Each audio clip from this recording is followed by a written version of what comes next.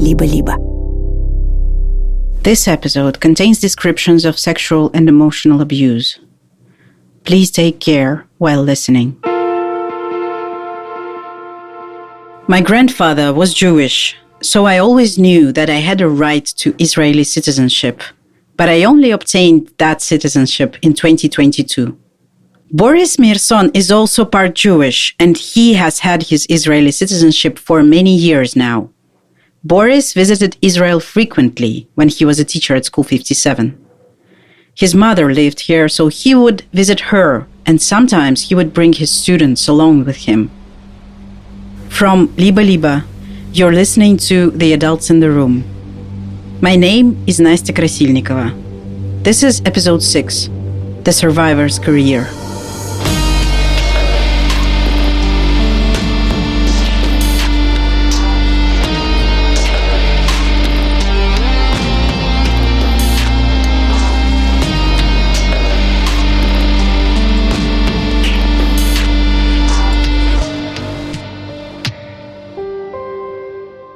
The New Year's celebration, we got the tickets to Israel. Like, I got the tickets and my teacher got the tickets.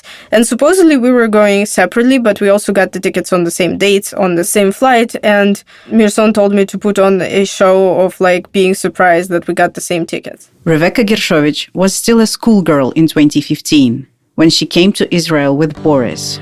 We flew there, and my parents were staying also in Israel at that point with their friends. We flew to Israel, and he rented a hotel room in Tel Aviv. And again, like, we had sex there. My parents were staying at their friends, and there was, like, really no space to stay with them. And I asked Meerson if I could, like, go to his mom and stay with him there. And then, like, I went to his mom, and yeah, so we had sex there, and then he would show me, you know, excavation sites and, like, give me tour guides, and then we would, again, have sex. And I felt, like, very bad for his mom. His mom was very lonely, and they had really bad relationship. I think that's why he allowed me to come, because I think he didn't want to be with his mom alone anymore. But basically, his mom, like, tried to care for him and feed him, etc., and he would just, like, yell at her and tell her that, you know, he doesn't need anything. I kind of was nice to her, and she liked it, and I felt, like, really, really, really bad for her. I felt like he was so cruel to her. She died that year, and I discovered at some point that when she was dying, he brought along my classmate and fucked her there, as I later discovered from the classmate. That classmate was Rose. At School 57, she had sensed that she was one of Meerson's favorite students. He never concealed that he had favorites. He didn't call them his favorites or anything else, but it was obvious that there were, like, 4 girls in our class who are, like, the smartest ones. And I was one of those. Did you feel exceptional because of this? Of course, it felt perfect, because my parents convinced me that I'm good for nothing. And then finally, for the first time in my life, I'm good at something. And there is this amazing person who is, like, not like any other adult you know, that is convincing you that you are very good. Given her difficult relationship with her parents, Rose sought validation from her teacher. And more than that, she wanted his protection. So I had a classmate who was pestering me a lot of the times because he had this silly goal of having sex with every girl in the class or something like this. And once my parents found out that this boy was pestering me, their reaction was, what kind of loose woman you are, what kind of reputation you have among your classmates, that a boy can make such propositions to you. Then I started laughing hysterically, and somehow it set them off, and I got really badly beaten. My parents were just beating me anyways. And that time they bat me so badly, I had marks on my neck. I had black or brown marks all over from them trying to choke me. And I had black eyes under both of my eyes. And my parents didn't want me to go to school so that nobody sees that. And then after a week, I told them I need to go to school. And my mom put a lot of foundation on my face and on my neck to cover that up and made me wear a scarf.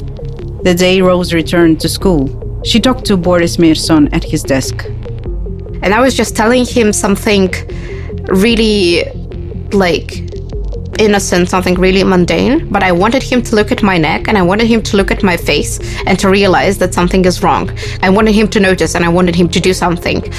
He never noticed, he never did anything, and I just came to terms that I'm living with those crazy people that might murder me at any time.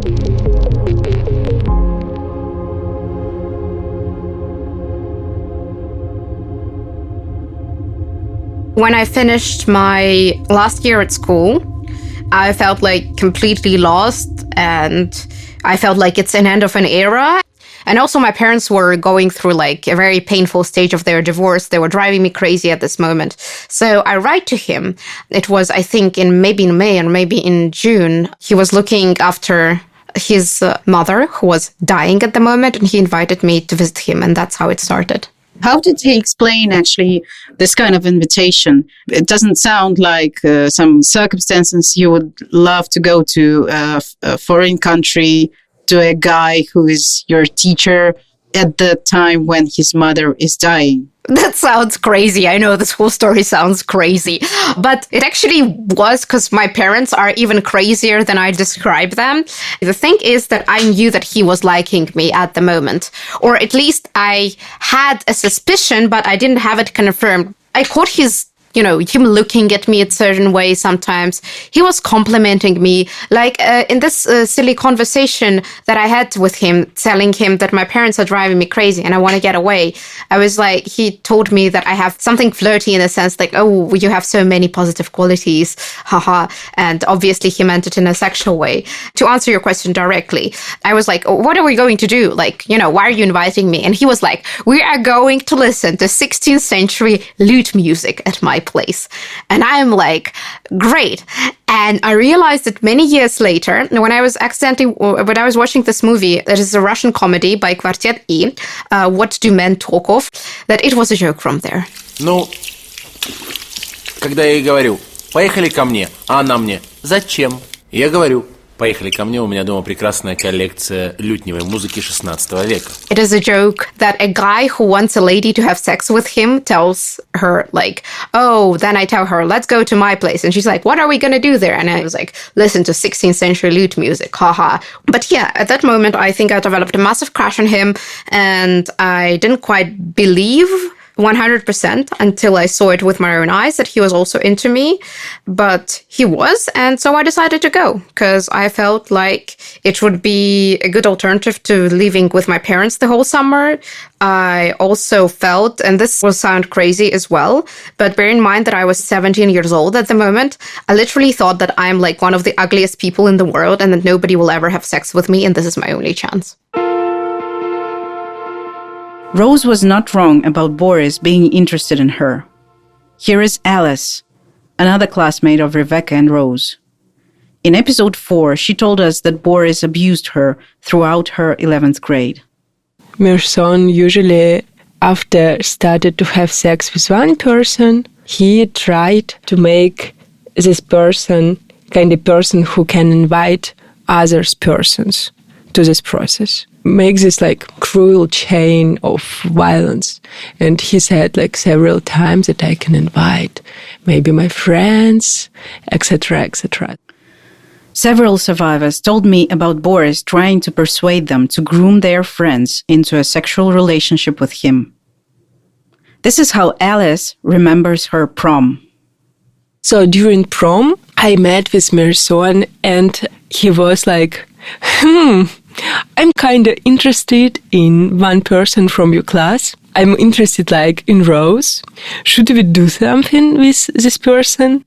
As I said, like Meerson was for me like crush. And of course, I had kind of hope that, I was not so blind. I was sure that like he did the same with several students from my class, not only with me. But of course, it was kind of like idea in my mind that, okay, I'm not like very special, but maybe somehow he perceived me as person, not as just like A sex toy. Yeah, exactly. Like sex toy, also ready to some intellectual conversations. Yeah, it was kind of hope that maybe not. Maybe somehow he perceived me as person. Of course, no. Meerson went to Israel because his mom was very ill. We arrested in Moscow because we have to pass exams for university. We did it. And afterwards, Meerson said to me that, you can arrive to Israel. Like, my mom is in the hospital, your flat is empty. I arrived in Israel some days before Rose. I spent some days in Yokneam, where Meerson lived and lives. He made this sexual violence with me again and again. So nothing special. I asked Rose why her parents let her go to Israel. She explained that her parents adored Alice and trusted her. And Rose told them that we are going to Israel for a trip, and we are going to visit Boris Markovich because he is our teacher and we love him so much because he's so smart and amazing. And my parents had also my mother especially, I think she also had a lot of respect for Meerson, and this is why she let us go. Then we told my parents that we are just going to visit him one day, and then we're going to live in a hotel the rest of the time, which wasn't true. And then they calmed down and then they let me go. Alice and Rose got together in Jerusalem. We spent a night there with each other. It was my first ever sexual experience. I feel that it's my guilt. I feel that anyhow, she was not against this interaction, and somehow we both kind of wanted. But of course, it wasn't something we wanted. It was something that we felt what we're supposed to do, to be cool, to stay in all this discourse, which kind of Meerson constructed. So yeah, but still, of course, I feel the guilt. And then we decamp on a bus to go to Yokneam, where Meerson lives to this day, as far as I know. And that very day when I arrived to Israel, his mother dies. And I feel like it's my life is a joke, We're coming to him and his mother dies. And I thought that, everything is cancelled because, your mother doesn't die any day, right? But no, he was acting completely normal, and it didn't even feel like anything had happened when we arrived to see him. His mother died, but it wasn't for him the problem. He was very sticky on his plans. So we arrived to the city Yokneam, where everything continued. I mean that Meerson had sexual violence with me and Rose. It happened in his house, in some areas around his house. We had sex many times. 3 of us, then the 2 of us, then the 2 of them, and yeah, there was a lot of it. And we were doing that for 3 days or 4 days. I don't really remember this much. And then I left and I went back to Moscow. And also when I was leaving, Meerson asked me to delete all the conversations and messages I ever had with him. And that's what I did.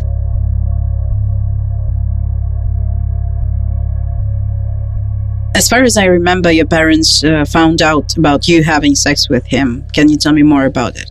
They found out because he kept on texting me and I kept on texting him after I came from Israel.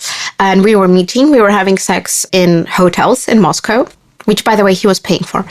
At one point, I forgot to lock my iPad, and my parents found my conversations with him, which I didn't delete.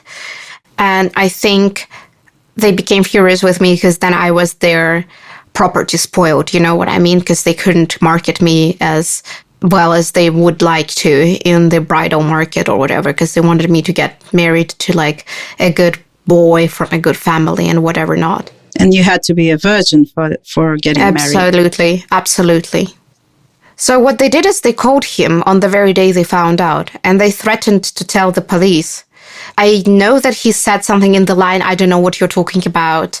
That never happened. I never did anything to your daughter. Leave me alone.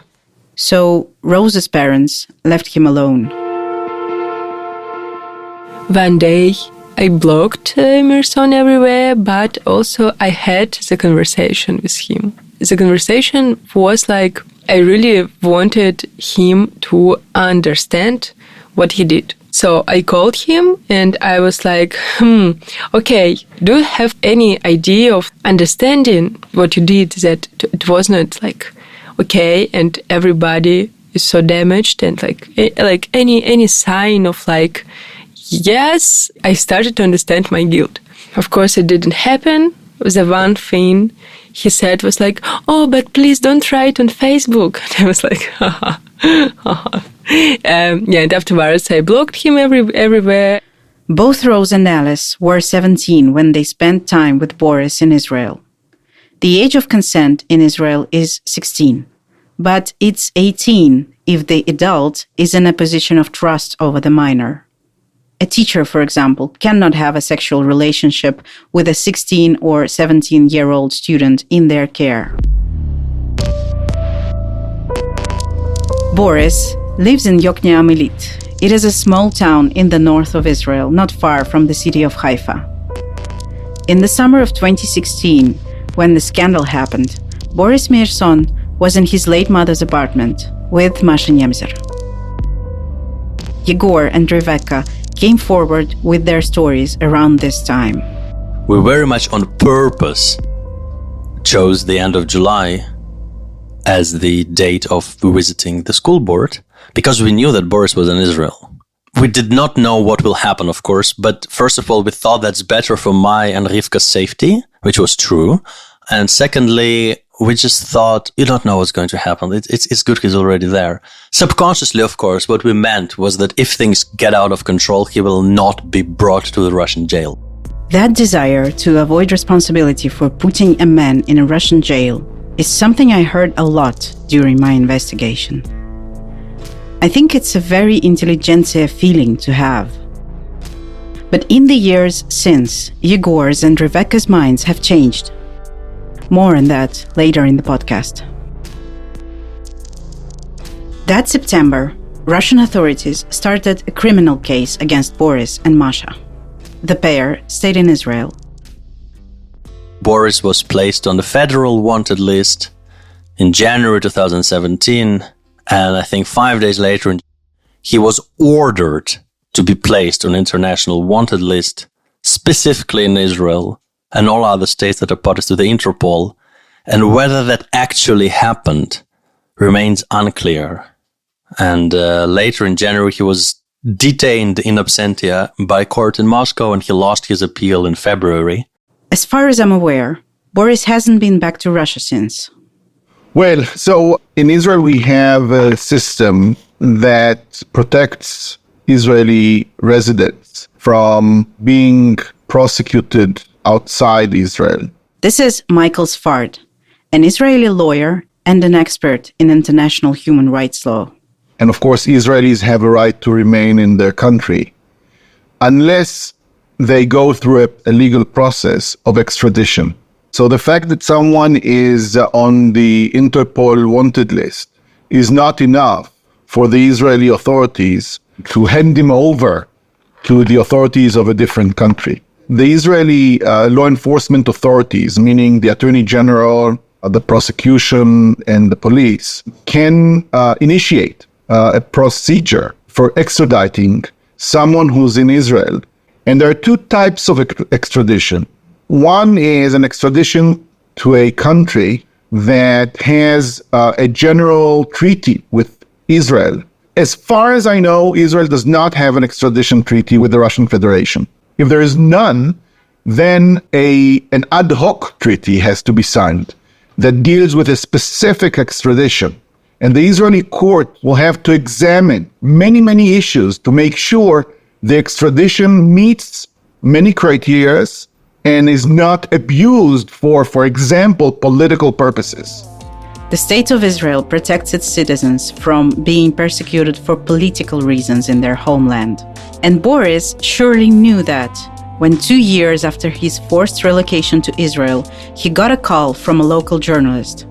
That journalist Bar Shemur, got a tip that an alleged sex offender from Russia might be trying to resume his teaching career in Israel. Bar later told Yegor and Rebecca that Boris played the dissident card talking to him.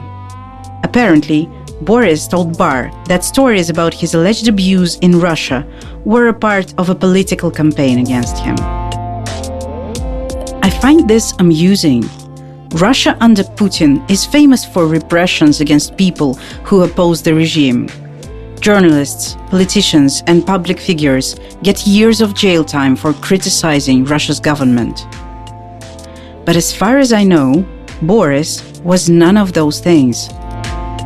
As far as we know, there was no official request from Russian law enforcement to Israeli law enforcement to extradite Boris Meerson. He was detained in absentia by the Russian court, and he still lives in Israel as a free man. Yegor Osipov was never okay with it. Can you tell me everything that you tried to do? You mean in Israel, right? Yeah, exactly. So in December 2019, I was in Israel, and I happened to speak to Michal Rozin, who at different times was Chavrat Knesset, the member of Knesset from the Meretz party, but I think no longer member of the Knesset at the time when I spoke to her. I told her my story. I said there is this man, he's detained in absentia in Russia.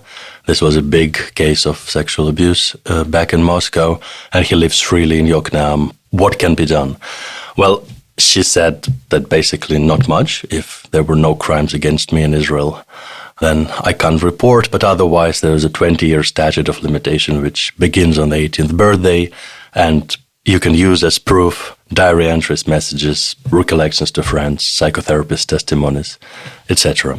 Then, in the beginning of July 2020, Boris was probably having a good time. He forgot that he should keep a low profile, and he started a YouTube channel on history in Russian language, which is a perfect trap for dragging more children into abuse. And we must understand that Yokneam elite has a significant share, right, of Russian-speaking population, including probably children who have just migrated with their parents and speak no Hebrew. And this was the moment when I thought, well, okay, something must be done, right? This person remains obviously a threat because we know from research that child abusers do not stop. So Yegor managed to shut down Boris's Facebook account and made sure the site would ban all the new ones. He also got in touch with another journalist, but she didn't get back. Michal Rozin referred Yegor to the Association of Rape Crisis Centers of Israel, which eventually passed him to the Haifa Rape Crisis Center. When Yegor stopped hearing back, Rebecca Gershovich also got in touch to tell her story. That email is quite painful to read, even when you're unfortunately familiar with abuse. And there was still silence. I mean, it felt like we were sending emails into the void. Eventually, the center said they'd keep looking into it, but they weren't sure what could be done since Yegor and Rebecca weren't in Israel. Well, there was silence, and I lost my patience. And I think late March, I wrote an angry email to them. And this was remarkable. Throughout my survivor's career, I've had quite some experience with NGOs, and I totally understand that people can be busy, but then I would expect an answer saying, look, unfortunately, we can't help you. We're overwhelmed. But this was beyond my understanding. After a year and a half of trying to get the attention of the Israeli government, Yegor was struck by an idea.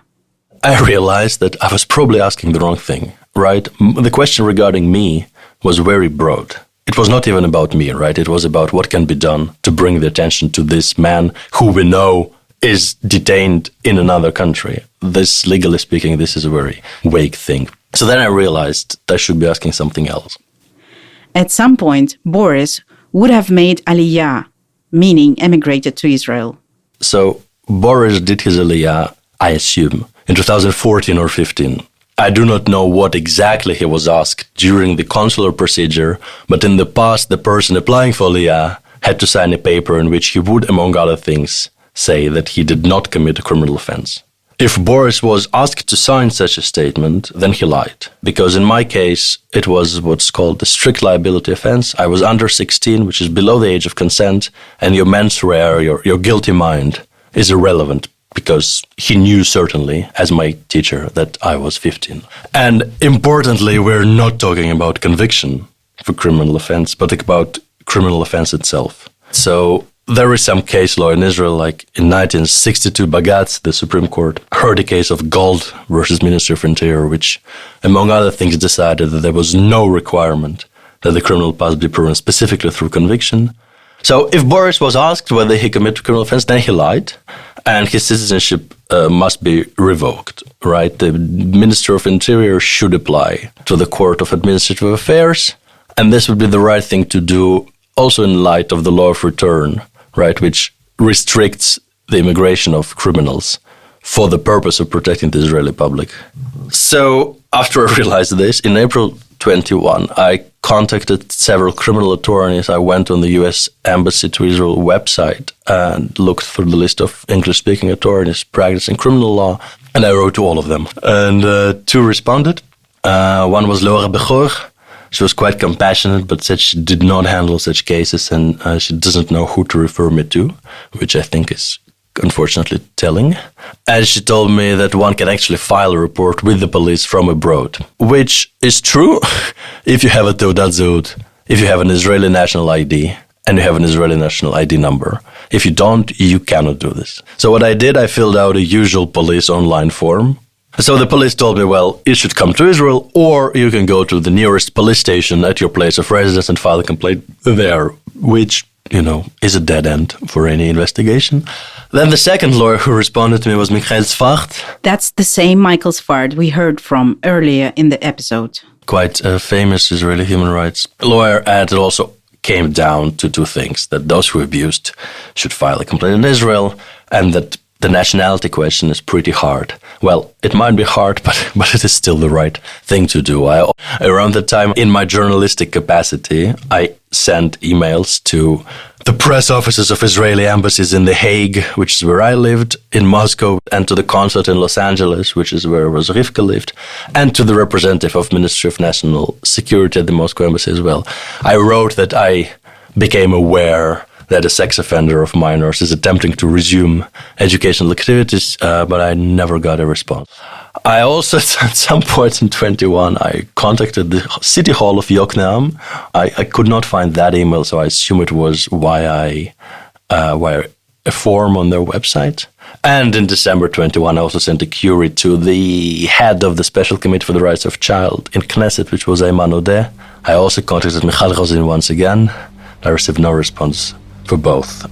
Then came 2022, and Russia invaded Ukraine on February 24th, and I set all this Israeli journey aside. Yegor later made one last attempt, contacting a human rights activist, then a journalist, then another journalist. No one reacted. But despite me following up, she didn't come back, so I decided to take another pause. And then this story came up. You appeared. I've never met a survivor of sexual abuse who tried so hard to stop the alleged perpetrator from violating others. I find it remarkable. Rebecca and Sarah, who by 2016 were living in the US, were also trying to stop an alleged sex offender, Mark Gondelman. More on the next episode.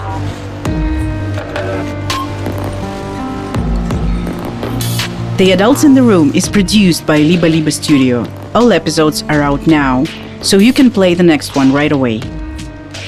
This podcast has a website where you can find additional visual materials collected throughout our investigation and feedback contacts.